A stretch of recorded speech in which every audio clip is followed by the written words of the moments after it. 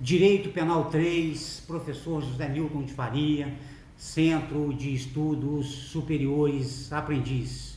No encontro passado, começamos a enfrentar aí o estudo do crime de homicídio. Mas para relembrar, foi colocado que os crimes contra a vida, nós temos 4 ali no Código Penal. Então, homicídio, infanticídio, induzimento, instigação, auxílio ao suicídio ou automutilação e o aborto. Então, desses 4 crimes, só o homicídio admite a modalidade culposa. Então, todos os outros são dolosos e o homicídio doloso e culposo. Mas vamos lá. Na aula passada nós paramos aí no estudo do parágrafo 1º aí do artigo 121, que é, por força de lei, uma causa de diminuição de pena e, pela doutrina, foi adjetivado de homicídio privilegiado. Na verdade, homicídio privilegiado no Código Penal brasileiro, no ordenamento jurídico brasileiro, é o crime de infanticídio do artigo 123. Por que que é privilegiado? Porque há alteração dos limites da pena para menos. Então, isso também tem que ficar sedimentado. Lá do outro parágrafo 1º traz lá a questão da causa de diminuição de pena. Bem, dei o exemplo para os senhores lá, a questão da eutanásia. Então, terminamos aí. Eutanásia é a morte boa, é a morte para aliviar a dor das pessoas. E ficou muito claro que mesmo aqueles que cometem o crime, que cometem o fato, que praticam o fato para aliviar a dor daquelas pessoas que são próximas, cometem um crime de homicídio na modalidade simples ou qualificada com a causa de diminuição de pena do parágrafo 1º. Bacana? Então ali você tem o relevante valor moral. A outra situação seria o relevante valor social e por fim lá sob domínio de violenta emoção, logo em seguida a injusta provocação da vítima. Mas além da eutanásia, a doutrina também fala em ortotanásia. O que é ortotanásia? É a eutanásia por omissão, ou seja, a pessoa ela abdica do tratamento clínico, do tratamento médico, ela resolve não tomar a medicação. Se for por conta própria de um agente capaz, isso aí é um fato atípico, mas fala-se em ortotanásia. Distanásia também é outro termo utilizado aí pela doutrina.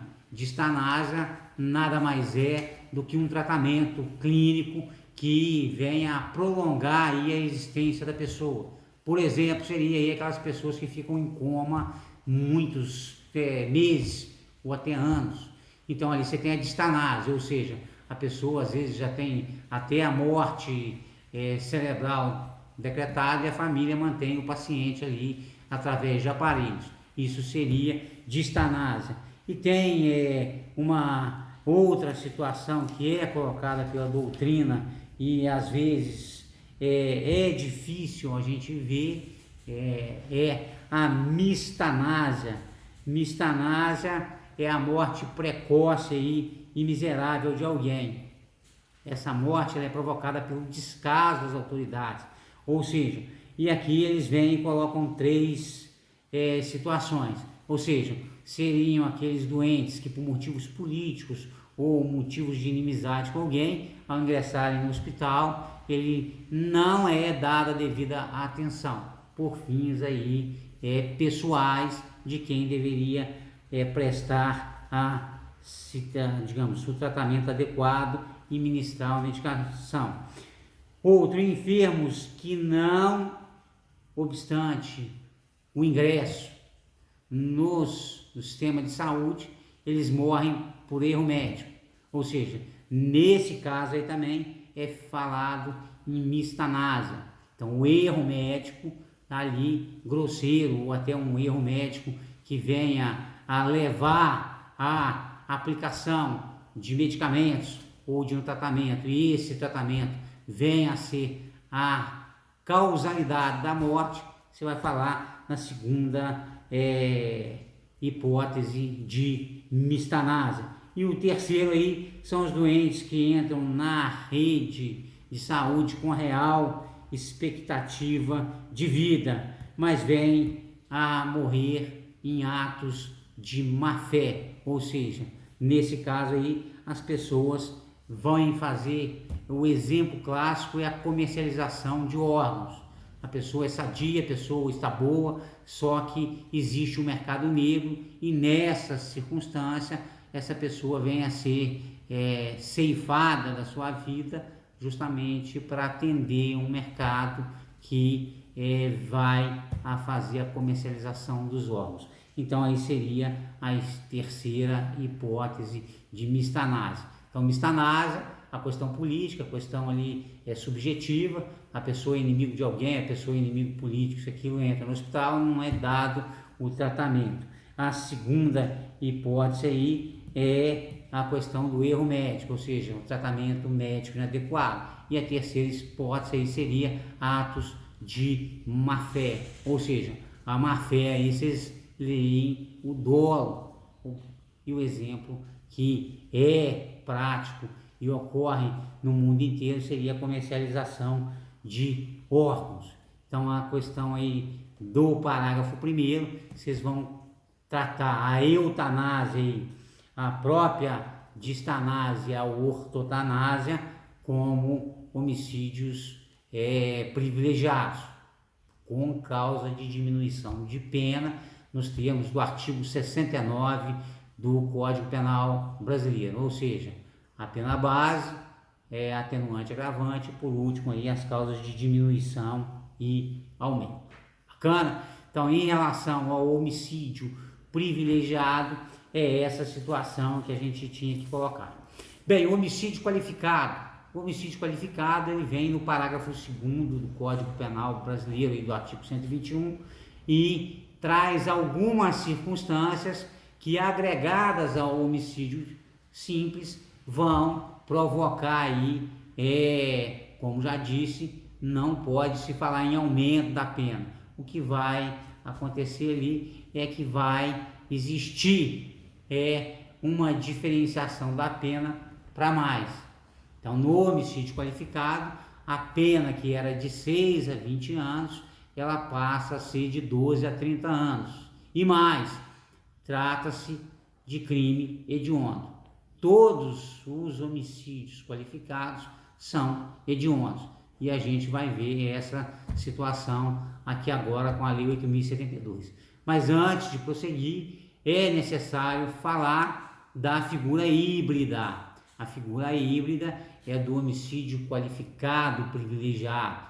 E a gente vai ver isso aí. Ou ele é qualificado privilegiado quando as circunstâncias aí do parágrafo 1º, que são subjetivas, elas são combinadas com as circunstâncias do homicídio qualificado naquelas que são objetivas.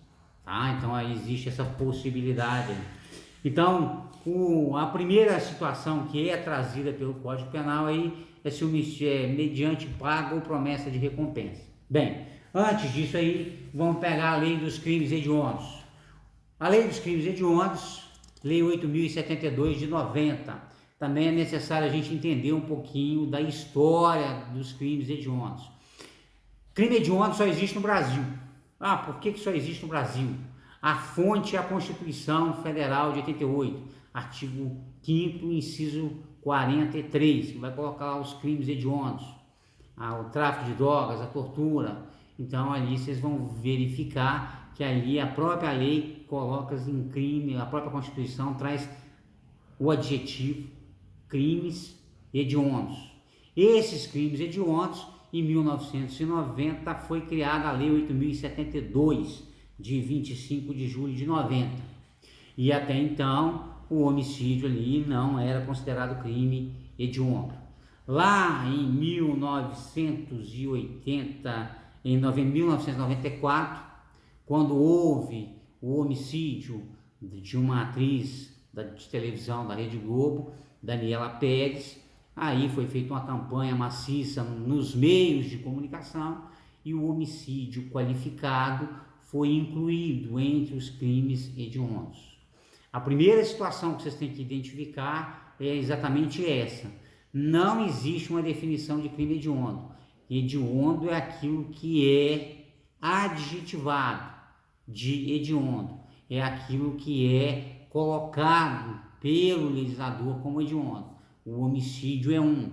Vocês vão ver aqui que o roubo seguido de morte, que é o latrocínio, é outra. A extorsão mediante sequestro é outra. O estupro são crimes hediondos. Então esses crimes eles são adjetivados de hediondos. E qual é a diferença do crime hediondo para o crime comum? A gente vai ver que existem diferenças aqui no artigo 2º, é o prazo para a progressão de regime. Então, se ver, houve até uma modificação na legislação agora penal, no artigo 2º aqui da lei dos crimes hediondos, e ela vem no parágrafo 2º aqui e fala da questão da progressão de regime. Aqui é 2/5 e 3/5 da pena para quem é não reincidente e reincidente aqui. Então a gente tem que trazer essas diferenças aqui.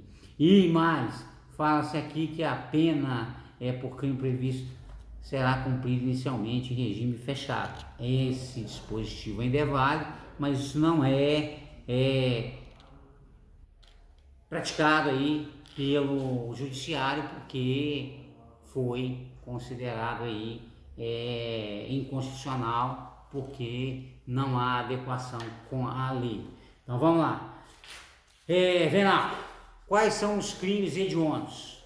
O primeiro crime hediondo que a gente tem aí no inciso 1, ele diz o dispositivo seguinte: são considerados hediondos os seguintes crimes, todos tipificados no Decreto-Lei 2848, de 7 de setembro de 1940, ou seja, no Código Penal. Então, todos os crimes hediondos no Código Penal. E vem lá, consumados ou tentados.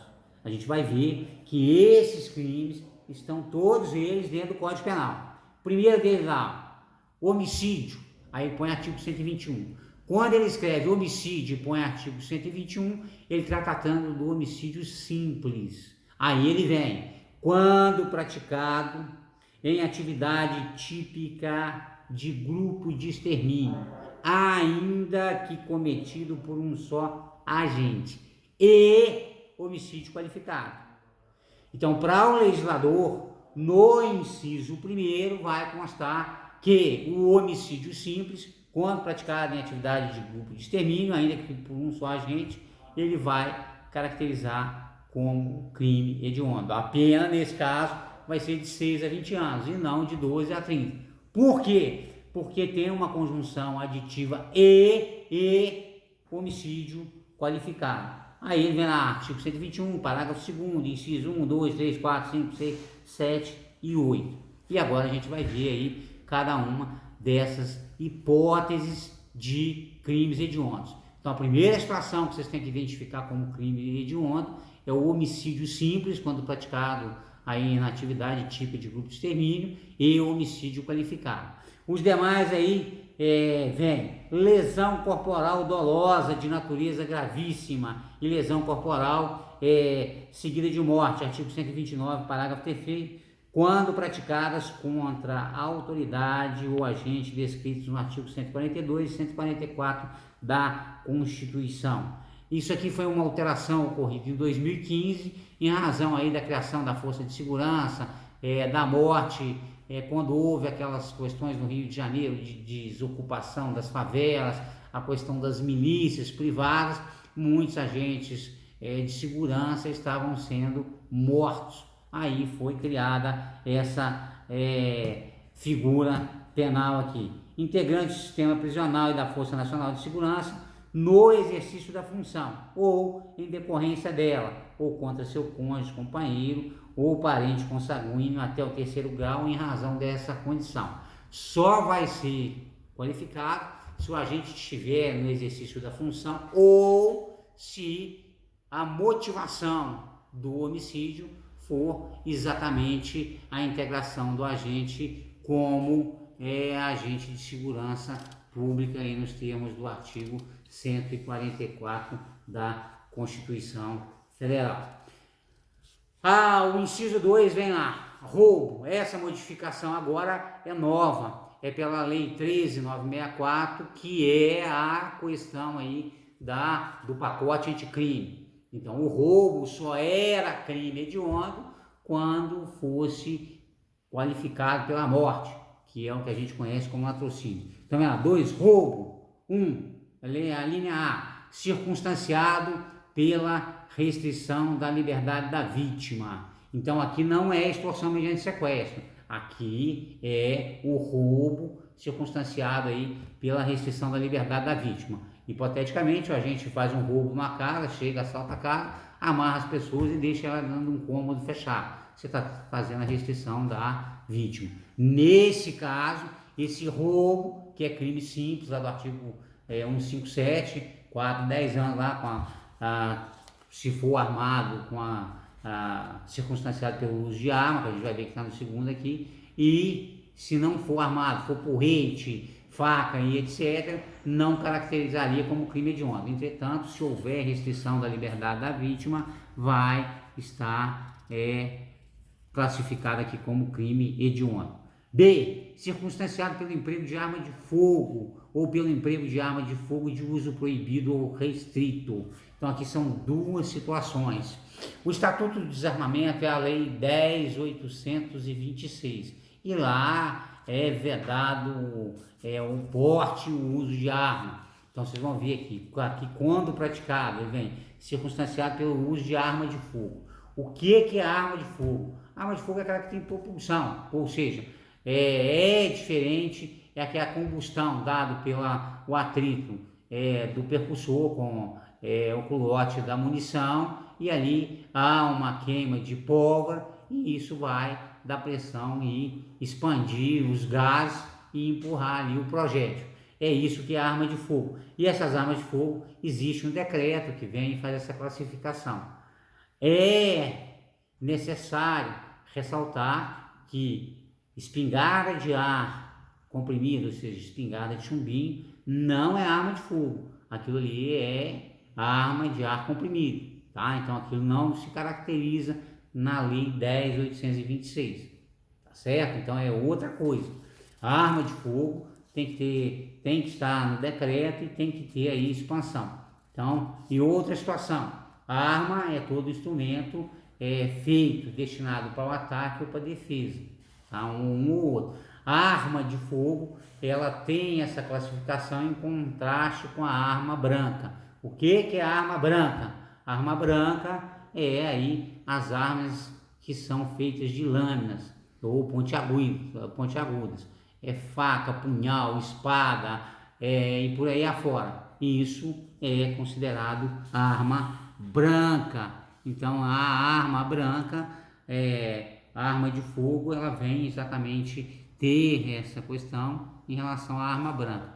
E é também chamado de arma preta ou arma negra em algumas obras. Então, cuidado com a expressão aí para não ser surpreendido e não entender o conteúdo de que é colocado. E aqui ele distingue arma de fogo ou arma de fogo de uso proibido ou restrito. A arma de fogo de uso proibido ou restrito são aquelas armas geralmente 9mm, que é exclusivo, o uso exclusivo das Forças Armadas. São aqueles calibres que são utilizados em guerra. Então, isso é a arma de fogo de uso proibido. E C, qualificado pelo resultado lesão corporal grave ou morte. Lesão corporal, nós vamos estudar no artigo 129 do Código Penal brasileiro, ofender a integridade física ou a saúde de outrem. O caput do artigo, ele vai trazer o que é lesão corporal de natureza simples. O parágrafo 1º fala da lesão corporal privilegiada, o parágrafo 2º ele vai trazer o que é qualificado lá. Então lá vocês vão vislumbrar. A primeira qualificadora que tem lá é a questão de 30 dias, ou seja, quando a pessoa ficar incapacitada para os exercícios das atividades habituais por mais de 30 dias. Ou seja, a lesão corporal continua sendo lesão corporal, mas se ficar mais de 30 dias, vai ser uma lesão corporal de natureza grave. Aí tem outros lá, aborto, aceleração de parto, inutilização de membro, sentido ou função. Então a gente vai estudar cada uma delas aí. Mas aqui por hora vocês têm que entender que é crime contra a pessoa, mas está no capítulo 2. E nós estamos no capítulo 1 do Código Penal. Capítulo 2 é lesão corporal. Bacana? Então fica aí a dica, vocês dão uma olhada aí no Código Penal. O inciso terceiro, e isso aí também foi incluído pela Lei 13.964, que é o pacote anticrime, está novinha aí, é de dezembro de 2019. O inciso terceiro fala isso: extorsão qualificada pela restrição da liberdade da vítima, ocorrência de lesão corporal ou morte. A gente vai ver aqui extorsão qualificada. Os crimes contra o patrimônio, lá no Código Penal, é objeto do nosso estudo nesse período. Você tem o furto, capítulo 1. Aí vem do roubo e da extorsão. Lá você tem o crime de extorsão, você tem o crime de roubo, e você tem o crime aí de extorsão mediante sequestro e o crime de extorsão indireta. Então lá no artigo 158 você tem o crime de extorsão. Extorsão é efetivamente o estelionato, mas com violência ou grave ameaça. É vantagem indevida aí através de violência ou grave ameaça. Também a gente vai ser objeto de estudo aí, só para situar os senhores aí na topografia do Código Penal brasileiro lá. Então, extorsão qualificada pela restrição da vítima, a pessoa faz a grave ameaça ali e vem ali e restringe a liberdade da vítima. A questão da ocorrência de lesão corporal ou morte está ligado exatamente ao roubo, porque lá o capítulo é do roubo e da extorsão. Bacana? O inciso 4 ele fala aí extorsão mediante sequestro na forma qualificada. Então o artigo 159 do Código Penal define o crime de extorsão mediante sequestro, e aqui o legislador optou por ser extorsão mediante sequestro na forma simples e na forma qualificada como crimes hediondos. Bacana? Então vou encerrar o módulo 1 aqui e venho em seguida com o módulo 2, tá? Abração!